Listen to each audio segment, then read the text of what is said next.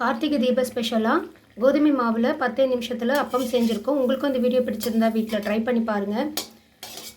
Hi friends, welcome to Kumar கலாஸ் kitchen. வாங்க இன்றைக்கி இன்ஸ்டண்ட்டாக 10 நிமிஷத்தில் அப்பம் எப்படி ரெடி பண்ணுறதுன்னு பார்க்கலாம். 2 கப்பு கோதுமை மாவு, 3/4 கப்பு கற்கண்டு எடுத்திருக்கேன். 2 கப்பு கோதுமை மாவு, ஏலக்காய் பொடி பண்ண மிக்ஸி ஜார் தான். 2 ஸ்பூன் சர்க்கரை, தேவையான அளவுக்கு ஏலக்காய் போட்டு பொடி பண்ணிங்கன்னா நைஸாக பொடி ஆகிடும். இப்போ இதுலேயே நம்ம கற்கண்டு போட்டு பொடி பண்ணிக்கலாம். 3/4 கப்பு பொடி பண்ணதுக்கு 1 கப்பு கற்கண்டு கிடச்சிருக்கு. இப்போ நான் அதையும் சேர்த்துக்கிறேன். 2 சிட்டிகை உப்பு சேர்த்துக்கலாம். இப்போ இதோடவே தயிர் சேர்த்துக்க போகிறேன். ஒரு 1/2 கப் அளவுக்கு தயிர் சேர்த்துக்கிறேன். நம்ம எந்த கப்பில் மெஷர் பண்ணமோ அதே கப்பில் தான் எல்லா மெஷர்மெண்ட்டும் பண்ணிக்கணும். இப்போ 1/2 கப் அளவுக்கு தயிர் சேர்த்துக்கலாம். 1/4 ஸ்பூன் அளவுக்கு சோடா உப்பு சேர்த்துக்கிறேன். 1/2 ஸ்பூன் அளவுக்கு ஏலக்காய் பொடி. இது எல்லாமே நல்லா கலந்துடலாம்.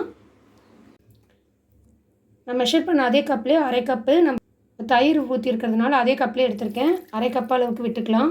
இப்போ இதை நம்ம கலந்துட்டு தேவைப்பட்டால் மீதி ஊற்றிக்கலாம். இப்போ பத்தலை, இன்னொரு 1/2 கப் அளவுக்கு தண்ணி விட்டுக்கலாம். மொத்தம் 1 கப் அளவுக்கு தண்ணி விட்டோம். இந்த அளவுக்கு தான் திக்னஸ் இருக்குது. இப்போ நம்ம இதில் இன்னும் ஒரு 1/2 கப் அளவுக்கு தண்ணி விட்டுக்கலாம். கலந்துட்டு பார்க்கலாம். இப்போ ஒரு 1/2 கப் அளவுக்கு அரிசி மாவு சேர்த்துக்கலாம். நம்ம மாவு ரெடி பண்ணிவிட்டு ஒரு 10 நிமிஷம் ரெஸ்ட்டு கொடுக்கலாம். அப்படி இல்லைன்னா இன்ஸ்டண்ட்டாகவும் நீங்கள் போட்டு எடுத்துக்கலாம். இப்போ இந்த அளவுக்கு இருக்கணும் பதம்.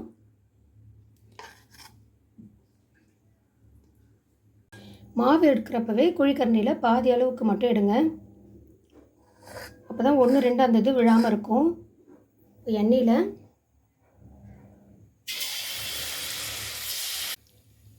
மாவு நம்ம ஊற்றினதும் அழகாக புஷ்ஷுன்னு மேலே எழும்பி வருது. இப்படி எண்ணெயை மட்டும் இப்படி மேலே தெளிச்சுட்டு வந்திங்கன்னா நல்லா உப்பலாகிட்டு வருது. அழகாக மேலே எழும்பி வருப்பாங்க. இப்படி நல்லா மேலே எழும்பி வந்ததும் திருப்பி விடுங்க.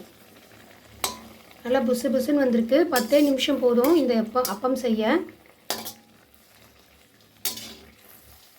அரைக்கவோ வறுத்தோ எதுவும் பண்ண வேண்டாம். வீட்டில் இருக்கிற கோதுமை மாவும் அரிசி மாவும் வச்சு இன்ஸ்டண்ட்டாக ஒரு 10 நிமிஷத்தில் செஞ்சிடலாம். அதே போல் எண்ணெயும் குடிக்கல பாருங்கள். நம்ம ஊற்றின எண்ணெய் அப்படியே இருக்குது.